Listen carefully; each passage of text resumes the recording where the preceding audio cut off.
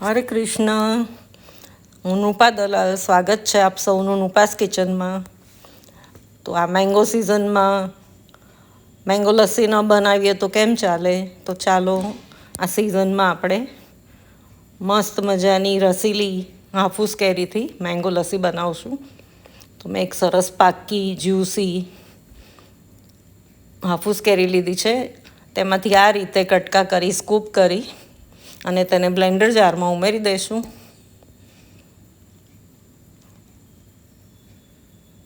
સાથે 2 ચમચા સરસ મોળું જાડું દહીં લીધું છે.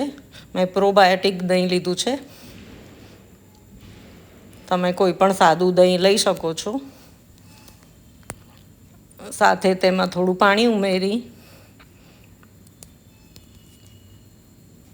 અને 2 ચમચી મેં મિશ્રીનો પાવડર ઉમેર્યો છે.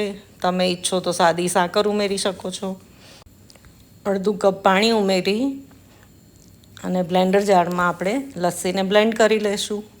આપણી લસ્સી તૈયાર. જો સરસ મજાની creamy smooth juicy delicious lassi તૈયાર છે. અને ઝીણા હાફૂસના કટકાથી ગાર્નિશ કરી અને સર્વ કરીશું. ઠંડી ઠંડી મસ્ત મજાની મેંગો લસ્સી. આ મેંગો સિઝનમાં સરસ મજાની મેંગો લસ્સી સમરમાં એન્જોય કરો.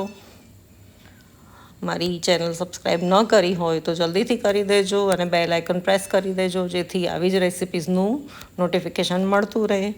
ચાલો ત્યારે ફરી મળીશું. ત્યાં સુધી આવજો અને ધ્યાન રાખજો તમારું.